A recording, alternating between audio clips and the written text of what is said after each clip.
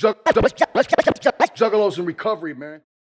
What up, y'all? Again, if you're watching on Facebook Live, YouTube, Twitch, anywhere that we're streaming, you can click the link in the description. You can come join us live. It is now a little after 8. I am D, and this is Sober Soldier Sundays. I have asked one of my friends, Panda, to come share his experience, strength, and hope. And I see his mom join in the room, some other people join in the room that aren't regulars to Juggalos in Recovery. Welcome to Juggalos in Recovery. We're different than other recovery groups.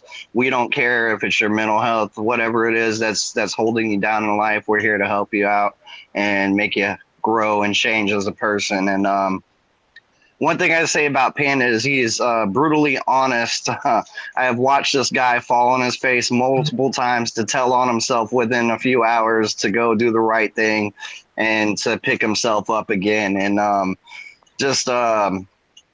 he was in treatment. I remember I'm like a lone Juggalo kid in the rooms down here in South Florida in Drug Addicts Anonymous. And I looked up from where I was sitting and I noticed Juggalo tattoos. And I was just like, oh no, another homie. What's up? And since then, I've sponsored him. I took him through the steps. He went back out. He's gotten other sponsors. He went through the steps, but there's something different about him this time. There's an aura to him that's different than the last couple times I've seen him around. And he may not have a long time sober, but he's been through his steps and he's sponsoring other people and he's helping other people. And he's a living testimony of what can be done if you take suggestions and try to change and grow as a person. And with that, I will open the room and let Panda share his experience and strength and hope. And after he gets done sharing, just raise your hands, unmute your mics, take turns, be respectful, and the meeting's yours from here. What's up, y'all? My name is Panda, and I'm a junk box, aka Tyler. My mom called me Tyler. My family called me Tyler. So I was born in Decatur, Georgia. My mom was only 16 when she gave birth to me, so she gave me up for adoption to my grandparents. And I'm from a long line of alcoholics and people that suffer from this disease that we all suffer from. So my dad, my earliest memories of my childhood was my dad passed out drunk, and I was trying to wake him up and I couldn't get him to wake up. So and I remember crying, why would my dad want to spend time with his son? Why I only get to see him on Saturdays? Why would he choose drinking over spending time with me? And I never wanted to be like that. I never wanted to be like my dad, because I can remember being in a car driving down Memorial Drive and my grandma swerving in front of my dad's car to get me out of the car because my dad was too drunk and my dad had been drinking. And my grandma is very crazy and she wouldn't let my dad drive with me in the car drunk. And I was still in a car seat when that happened. And I have a vivid memory of that memory. That's like my earliest memory of my father being like yelling at my grandma, very violent person. And I guess that's where I get my anger from, because I have anger issues as well as drugs and alcohol and my spinning mind that I deal with on a day-to-day basis, where I can't control how many bad intrusive thoughts I have in a day. And I get that from my mom, because my mom gets it. My mom and me are just alike in that sense, where we suffer from depression and we use alcohol to cope with that depression.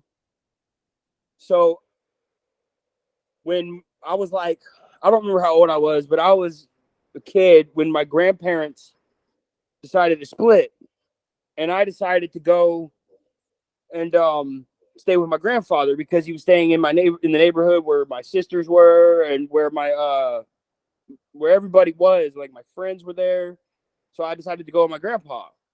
Well, my grandpa was an alcoholic, and my grandpa didn't treat me right. my mom can attest to this. My grandpa he tried his best, but the way that he went about disciplining us wasn't the best. I was locked in my room 24/7. All I was able to do was read and my schoolwork. Other than that, he put my food outside of my door, which was normally like cold corn dogs or cold fish sticks. But and that's what I ate every day, was whatever he put outside the door. So I was pretty much raised in isolation. Now I was known for sneaking out and going and doing, smoking weed with my friends, but I would come home from school and he would still be at work. So I'm probably like 11 at this point. I'm 11 or 12, and my grandpa was an alcoholic, so I would go into his and his wife's cabinet, and I would have a water bottle and I'd fill it up with whatever he had, whiskey or vodka. I'd fill it up and I would take that to my room with me. And I would have weed from school. I ran with all the potheads in school, so I would have weed, and he smoked weed in the house, so you couldn't tell that I was smoking weed in the house. They all drank, so they couldn't smell the alcohol on me. So I was getting drunk from 11, 12 years old. And when I was drinking, I had that I have arrived moment where I realized that this is how I want to feel all the time. And that was pretty much it, man. I fell in love with alcohol right then and there.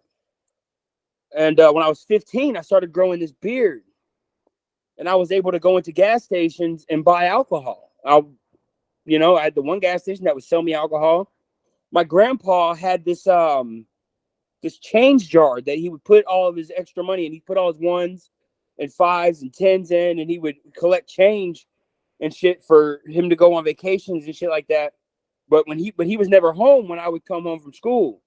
So I would go into his room and I would steal stuff out of this jar, because it was like a big 5-gallon jug that I would go in and I would steal like $5, $10, and I would skateboard up to the store and I would buy wine or whatever type of alcohol that I could conceal in my book bag to walk back into the house with.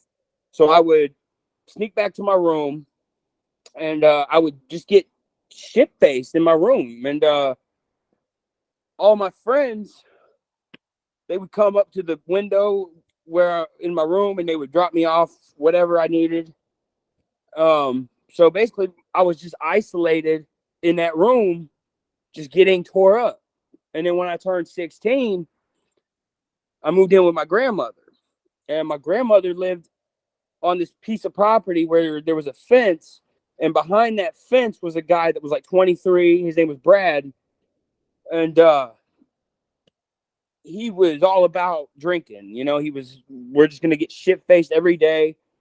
So I eventually ended up moving into this house. Now, this house was the Roach Motel. It was a fucking shitty ass house where you turn the lights on and all the roaches scatter. And I didn't work. I would just let him go to work. I'd sit in the house, smoke resin, and just get shit faced. And that went on until I met this guy named Alex, R.I.P. He's a dude that I turned into a juggalo. And I showed him the ways of it. And he showed me the ways of using the needle. He's the one that introduced me to pills and heroin and meth. And we would hang out at his house and we would play pool. We'd just play pool all the time. And I remember fiending for Roxy's and Dilaudid, and we would go out of our ways to rip people off and go and, be like, we'll go get you a bag of heroin. And we would take about half of it and sell it, because these kids that we were buying it for didn't know any better. So we would just rip people off and find ways to get high. And that needle came into my life when I was like 18, 19. And I was just about it, man. Anything that was water soluble and could be put into a syringe, I would fucking do it. And I just got addicted to just the prick of the needle, man. But I had this girlfriend, right? My high school sweetheart. I had this girlfriend, and she was a normie. She didn't smoke, drink, nothing. And I drug her through my hell with me. And we went from house to house, couch to couch, fucking. And I would. She had a job. I had a job. I'd panhandle. We would always come up short on rent. We would always come up short on food. We were starving, and this poor girl stuck with me through all my shit, all the hell that I put her through. She stuck with me, and I kept her sick along with me being sick. And I moved in with my buddy Brad again at this the Valleydale house where we would throw these massive bonfire parties, and I would charge people money to come and party with us. And that's where my alcoholism and meth addiction really took a hold of me. And I would be up for 6-7 days at a time on meth and still drinking, but I became very mean and I became very evil. And the meth just fucking meth stands for main entrance to hell. The meth ruined me, made me look like a fucking pencil. I was like 120 pounds soaking wet. You could see my ribs sticking out. And the whole time that I'm fucking using meth, I'm going through alcohol withdrawals. So I'm sitting there shaking and I'm dry heaving. And it got to the point where, if my eyes were open, I had to have alcohol. And all my friends that I was around at the time, they couldn't understand why I couldn't just drink with them normally and drink they would drink every day, but they wouldn't drink like I would drink, because I'd wake up in the morning and my thing was vodka or tequila, and I'd go to work and I would have to have some type of drink in me in order to make it through the day. And I was working at this car wash, and I would open and close the car wash, but the whole time I'm drinking and I'm doing as much meth as I could possibly do. I get tips, and I'd get tipped out, and the dope man was right up the street. So I would get the money, go get some more meth, and I would just be tweaking and drunk, cleaning your car. But I was making so much money doing it that I could afford to just use as much as I wanted to, because I was bringing home about $200 a day in tips, and I would spend all of it on substances and getting fucked up. And it made me into a person that I never wanted to be. Like, my mom had me Baker acted, because I told her, and she can back me up on this, that I was gonna cut her open. I was gonna put salt in her wounds. I mean, I know that fucking, the music doesn't help the fact that I listened to fucking horrorcore, and I became this character that I never wanted to be. My friends called me evil bastard, because that's what I was. I was just a fucking evil little shit. And all I could think of, I would just sit there and I would write these horrible songs about murder.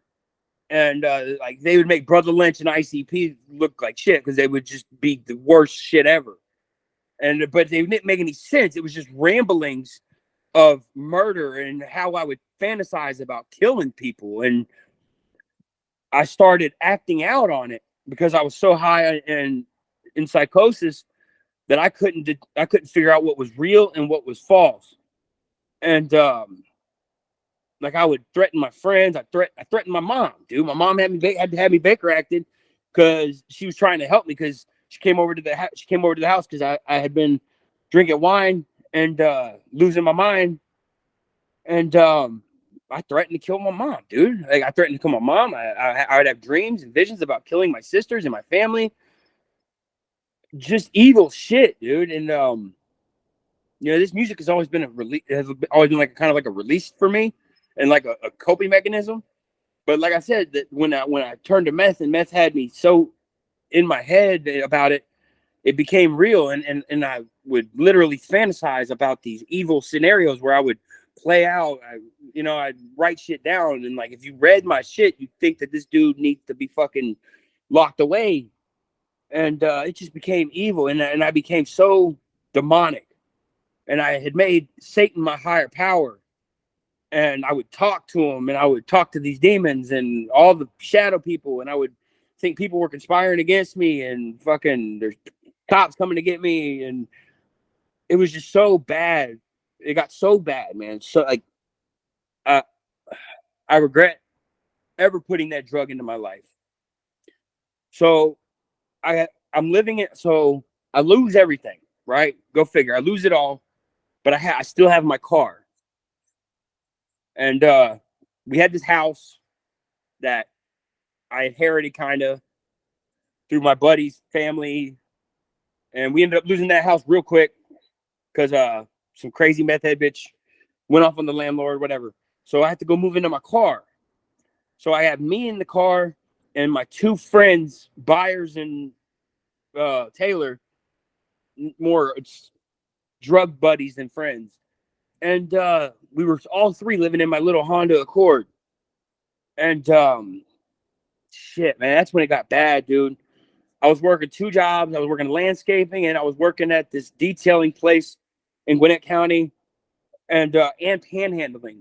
I had a $900 a week habit in meth and alcohol, and I was panhandling. Couldn't make ends meet. I couldn't find money for hotels. I had these two constantly yelling at each other in my car as if it wasn't bad enough that we were out of our mind on meth. These motherfuckers were yelling at each other, constantly arguing, and we're all three in a car with all of our shit in the car. And I was like, damn, dude. Fucking I had like, my goal was to get rid of these two, man. And I took them to Tennessee to go cop some meth. And when they got out of the car, I left. I drove off and I left them in Tennessee. And that's how I got rid of them. But then me being by myself alone in this car became so depressing. And like, I started missing having the chaos around me. And I'm like sleeping in my car at a bar that I used to go to all the time called Will Henry's. And the bar allowed me to run up a tab like $300 a week. I had a gas station that would let me run up a tab about $400 a week. And then I had a liquor store that would let me run up a tab to however much I fucking wanted. So when I started getting these tabs that I could open up, I ran them so high up. There's still a gas station in Georgia that I owe like $300 to.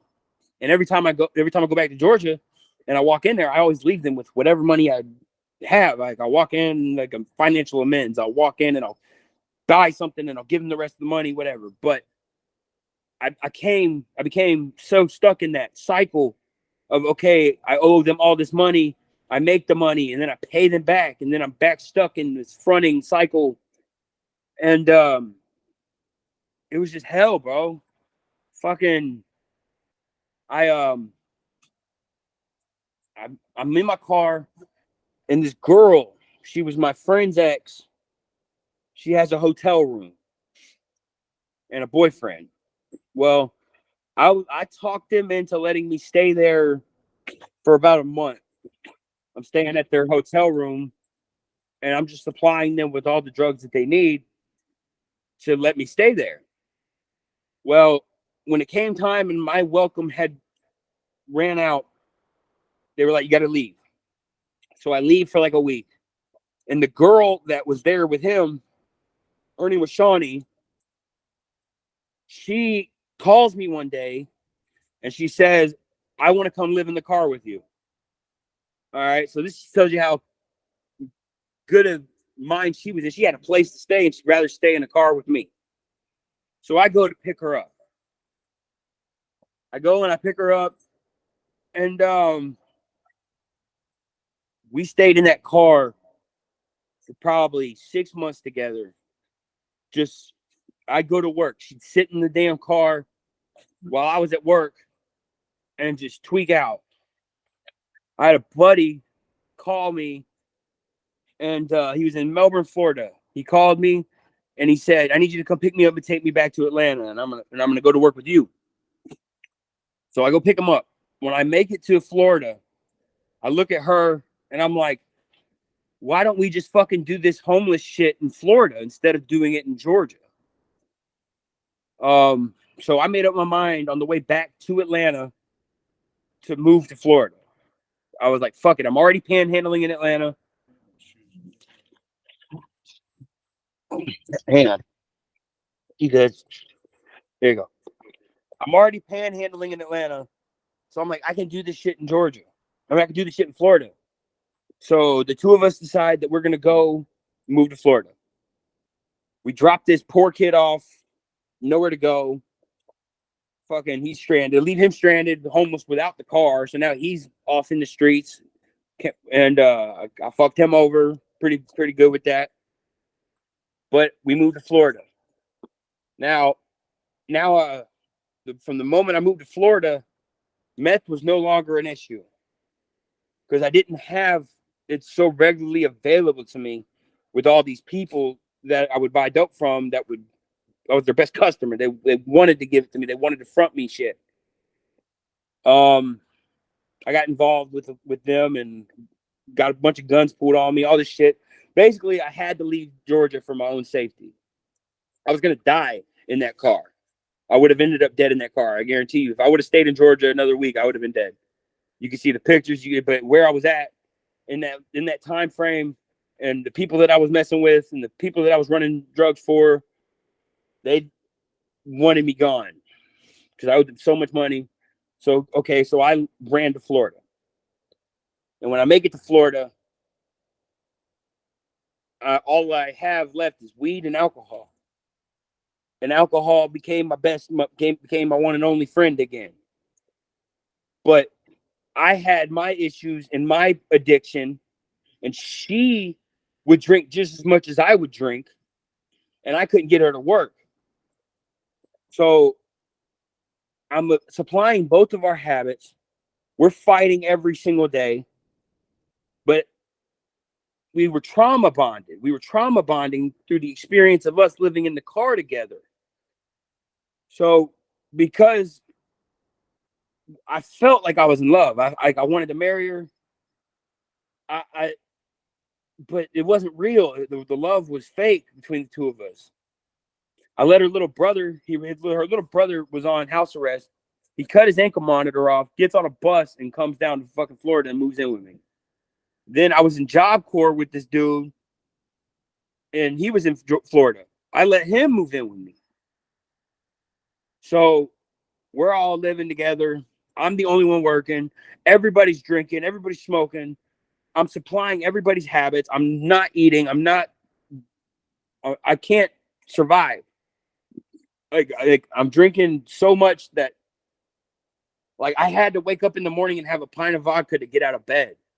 And then she had to have a pint of vodka to get out of bed.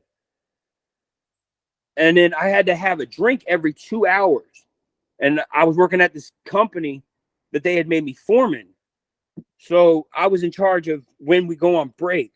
So every 2 hours of work, I get in the truck and we'd go to the store. And I would buy Four Locos. And every 2 hours, I would have two Four Locos. And that was just to keep me level and normal. But the withdrawals would come so quickly, so abruptly every 2 hours that I would need, or I'd be puking behind your bushes at your house, and you'd hear me outside dry heaving and shaking, and it was just terrible. And I get home from work, you know, all the time driving this company truck, drinking. I'm surprised, and I've wrecked it so many times. I'm surprised nobody got killed. No, I didn't hurt nobody. Like, and I left out of the story where my dad went to prison for DUI, vehicular manslaughter. He was in a car, wrecked into somebody, killed them, and then he ran from the scene of the accident. So that happened with my dad. I'm surprised it didn't happen with me. And I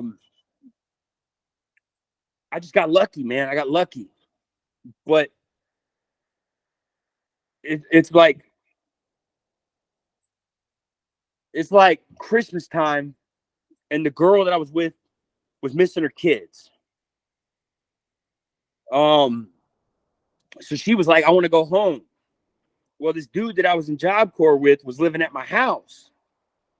And that it was when that first stimulus check came out. So I was like, dude, I'll pay you $400. You take her to go see your kids and bring her home. He's like, I thought he was my boy. He's like, yeah, I got you. Don't worry about it. So I bought him a starter for his car. I bought him a battery, got his car started, gave him $400, sent him on their way. They went up. They're still together to this day. And the heart, that was the first time I ever got my heart broken. And I got to see what that felt like. Because I broke that other girl's heart time and time again. And I never knew what that feeling was. But I was left so broken and so heartbroken by this girl and who I thought was my friend, that it sent me into even darker place than I was at before. And I was drinking, man. And obviously I was drinking, but I was drinking a lot. I was drinking a gallon a day of vodka, still withdrawing. I can't function without it. I can't do anything. I can't sleep without, I can't do anything. Every 2 hours I have to have a drink. And I got caught multiple times stealing from gas stations, stealing from Walmart, fucking working this job, panhandling, coming up short. There was no money, there's no amount of money that could scratch that itch. There was not enough alcohol that I could put into my body to make me feel good. I wasn't getting drunk anymore. I was just feeling normal.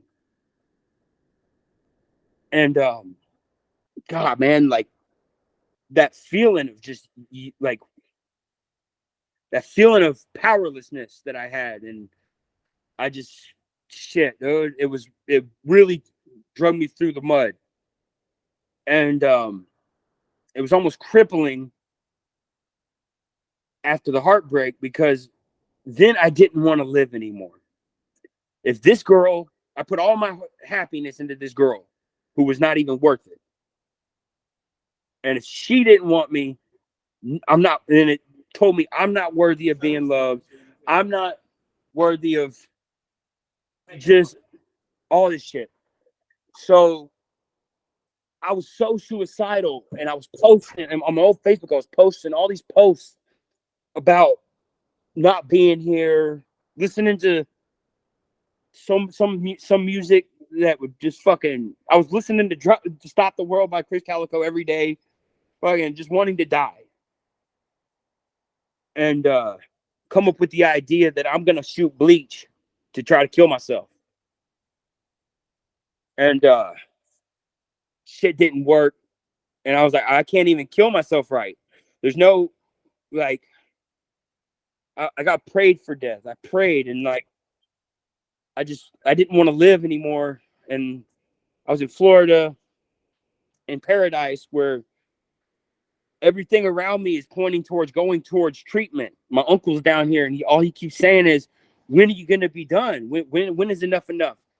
You know, I'd show up to their house 1 o'clock in the morning, driving 2 hours fucking to go just see if they have any alcohol that I could bum off of them. Fucking, they're like, when's enough gonna be enough? They're like, we'll get you insurance, we'll put you in treatment. And I wasn't ready, bro. I went to treatment. I went to DAF in Florida, and I AMA'd my first day there.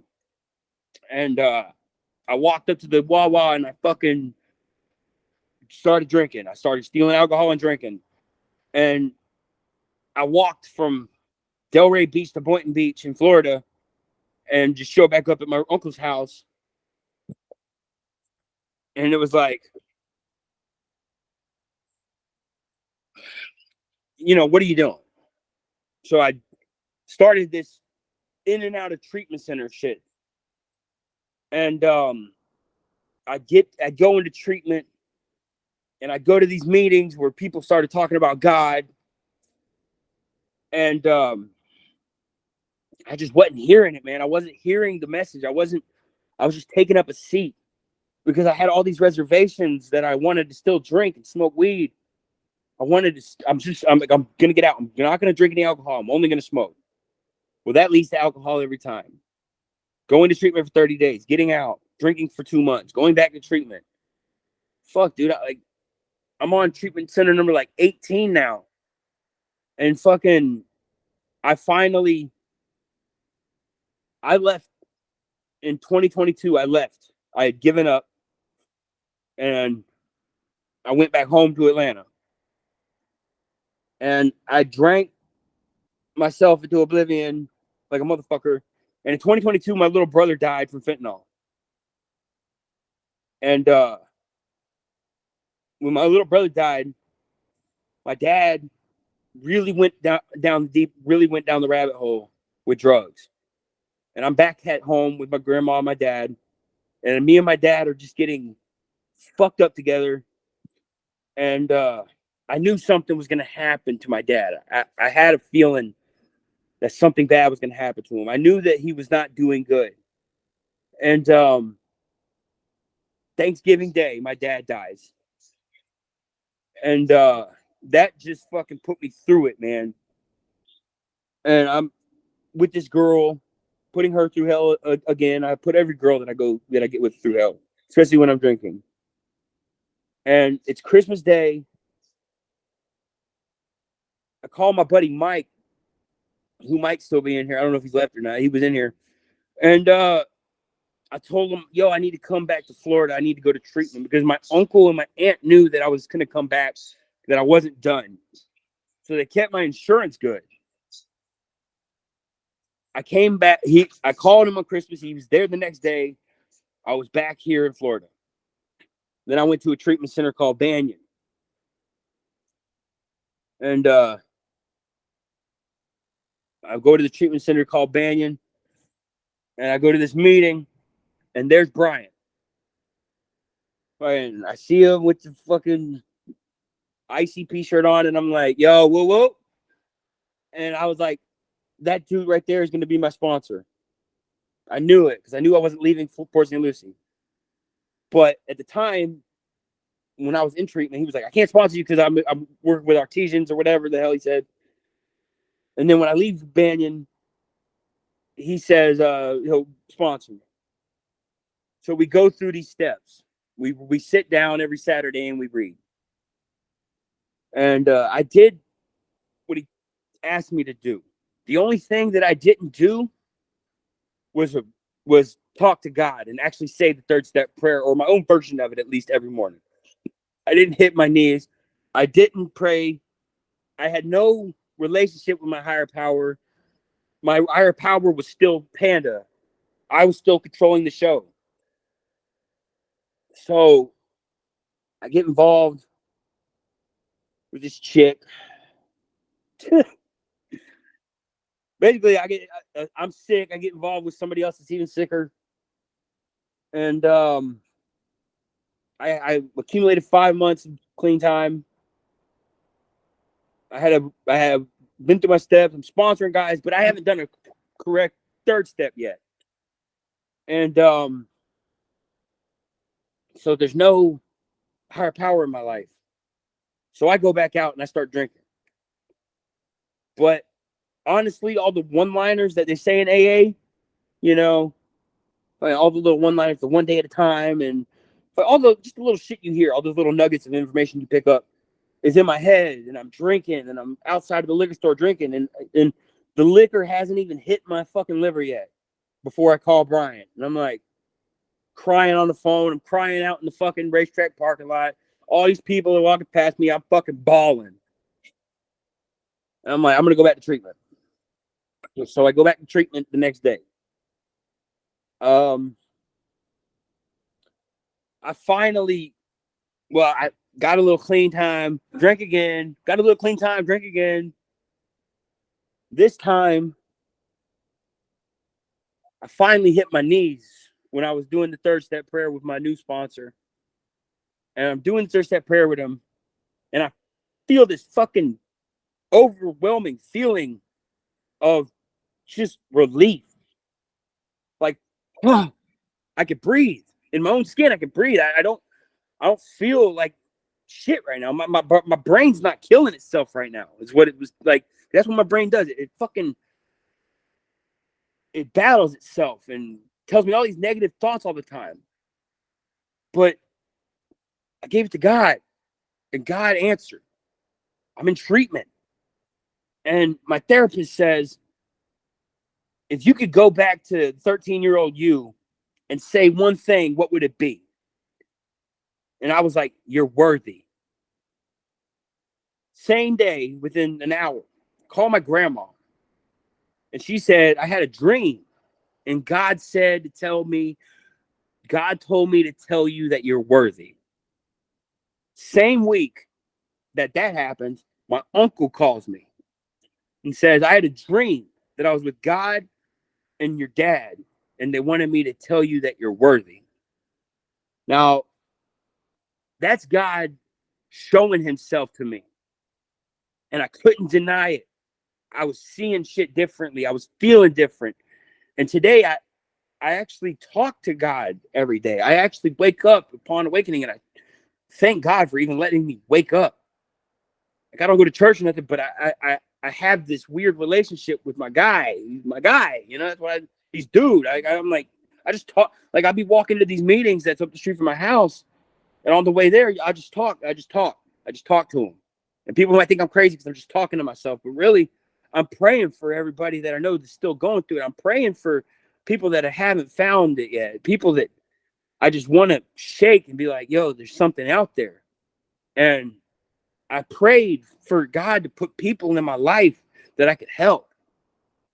Prayed to God that I could, prayed for patience, prayed for serenity, prayed for just all this shit. And then God shows up and shows me all these people that are sick and suffering. They're sober, but they fucking can't walk into a gas station without wanting to drink. And fucking, just like I was. And God gave me people that I can help, people that come up to me and they're like, yo, you don't know how much what you just did helped me. You don't know what you've done for me. You know what I'm saying? I'm sponsoring now. Fucking my sponsee, he's stuck on his fork, but still, I'm reading with him and I'm seeing he's fucking understanding and he's fucking loving what he's reading and he's identifying with it. And I'm lucky that I have all these people in my life today because of the rooms that I can lean on. If I'm going through something, all I gotta do is pick up the phone and call the motherfucker Bryant right here or somebody else that I know and just be like, yo, I'm having a bad day, dude. And they'll talk to me about it. Yeah, they might tell me to pray about it or something, but I don't have to pick up over it. I don't have to drink or drug about it today. I feel comfortable in my own skin. I don't feel like shit. I don't feel like I have to drink in order to fucking feel comfortable inside my own skin. I like the guy that I see in the mirror. I don't hate myself because they say I suffer from anxiety and depression. They say anxiety comes from worrying about the future. Depression comes from worrying about the past. If I live just for today and I work my steps every day and I don't worry about tomorrow because it's not here yet, just for today, I wasn't a piece of shit. Just for today, my character defects didn't show up. Just for today, I helped somebody. Just for today, I was an ear for somebody that needed to talk to me. Just for today, I was whatever. That just for today's a motherfucker because that's what keeps me going. And every day I view these people that come in that just is like, dude, I know what you're going through and I can relate to people. They can relate to me. And I feel better about myself. And like he said, there's a different glow about me this time because I found God. And if it wasn't for the people in these rooms and my family and everybody that shows love to me on a day-to-day basis, I wouldn't be here, man. So that's all I got. Thanks so much, Panda. I appreciate you. You're getting mad love. You got to go back through the YouTube and Facebook comment sections. There's a lot of people showing love. Again, if you're watching on Facebook, YouTube, Twitch, anything on live, after this live ends, you can click the link and you can come join us and not be recorded or on camera. And yes, Mama Bear, go ahead. I love your son. Go ahead. You can share. Unmute your mic. Go ahead. I see your hand raised. Good, okay. I'm I'm very proud of you, Tyler. I hope you know that. And I watched Tyler go through all of this stuff, and I will never forget the day that I realized that he was on meth. And my mom, his grandma, we call her JJ, she sent me a picture of Tyler. They had gone to lunch together, and she sent me a picture of him, and she was like, "Look how good he looks. He's so skinny." And I looked right, took one look right at the picture. I said, "Mommy's on meth." And that's where our journey started. And my mom's this very Christian woman, very naive, especially when it comes to Tyler. Like she'll fall for the kids stuff every time. And I was like, Mom, he's on meth. And she's like, no way, now. Like, he's just getting in shape. And you know what the meth face looks like. And Tyler had like the beard for so long. That's how he was able to cover it up from us. And then he shaved that beard, and that's when we saw it. And then that was our first step into the first treatment center. And that's when like it came up there and we sat down in a circle, and Tyler told us his story the first time, and he described, wanting to cut me open and pour salt into my wounds. That was fun. But I'm very proud. Like, I've watched him go through this journey, and I can definitely tell you he's not the same. I've watched him in all of his rehab journeys, and I've watched the BS stuff when you're not really committed, but you want everybody to think you are. I've watched that, and tonight I see that he is actually committed, and I'm proud of you, buddy. Love you, mama. I love you too, baby. I love you, Tyler. Michaela's listening too. She loves you. Love you, KK. He also wanted to kill Michaela, I think, at one point. I mean, meth will do that, and parents and grandparents won't ever want to think their grandkids or kids are that in that state or doing something that bad. You try to put your blinders onto it, but like, shit. What has it been, like a year, Panda? I've been hanging out with you and watching you go through everything. My original sobriety date would have been 2 days ago. Yeah, so the past year I've been watching Panda, and I did a third step prayer with Panda. I told him what to do. He just, I was the same way. Self-will ran riot. You know what I mean? I was still going to do what I was going to do. I had 5.5 years drive from prison to being back out again. And eventually my weed bone's connected to my drink bone, which is connected to my drug bone. And it always starts with me smoking weed to me getting drunk to me doing drugs, because once I quit getting the effect produced by whatever I'm using, it just escalates to the next thing and next thing and next thing. And meth, yeah, that's a scary drug, man. Scary shit. Anyways, room's open. Anybody else wants to share? Well, one more thing. Like, so Go ahead. with Tyler's journey, all right, y'all call him Panda. I can't call him that. He's Tyler. He's Tyler Bear to me. I can call him by his real first name. Kevin. Fuck off. No, when he said, like, I had him when I was 16 years old, and I wasn't prepared to be a mom at all, like, whatsoever. And so he did grow up in the same kind of household that I grew up in, with the food by the door and that kind of stuff. But I think, Tyler, I think you would agree, like, over the years we grew up together, and we've always had like a solid relationship. I feel like, I mean, I don't feel like I did anything bad. I feel like you invited me onto this call because you're calling me out on my drinking, which is fine. I know that's what you did. Exactly what I did. Which is fine. Tyler went through his dad dying, his brother dying, to watching his mom die from liver failure. And I see what you did here, Tyler. And I'm thankful. Love you, Mom. I love you too, buddy. And I hope that you keep doing what you're doing. I'm glad you invited me. I'm glad you came in. He got an army around him. As long as he chooses to keep doing the right thing, he's good down here. We got him.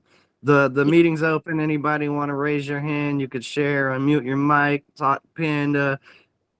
If not, I'll be ending the live streams here in a minute. Nate and then Joseph. I see hands raised.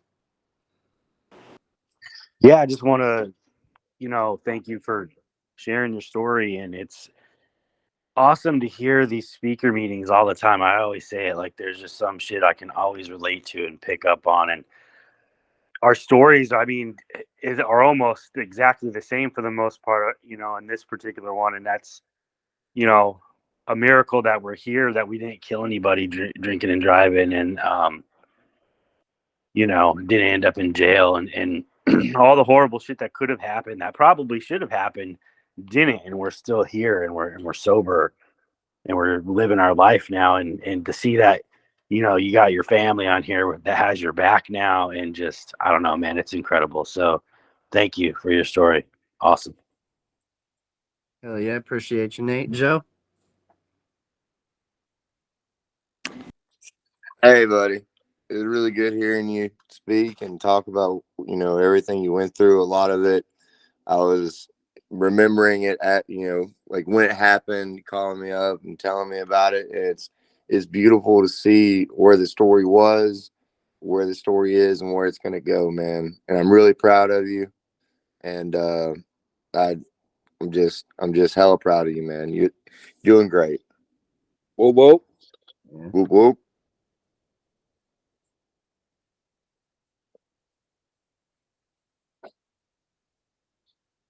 Anybody else before I end the live streams? You can raise your hand, unmute your mic.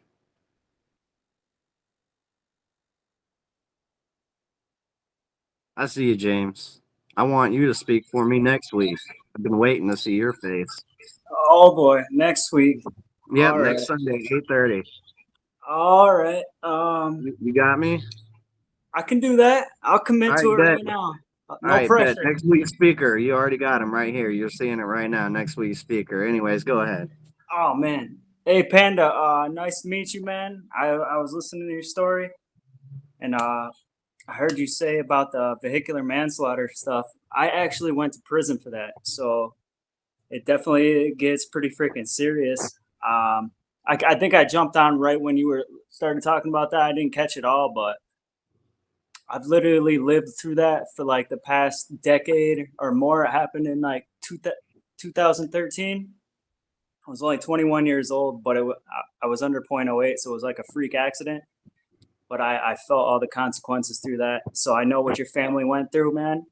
And it definitely sucks. But I'm glad to see you doing good, man. I'm glad to see you solid and healthy. And thanks for sharing, man. Good luck to you, man. Yeah, All brother. right.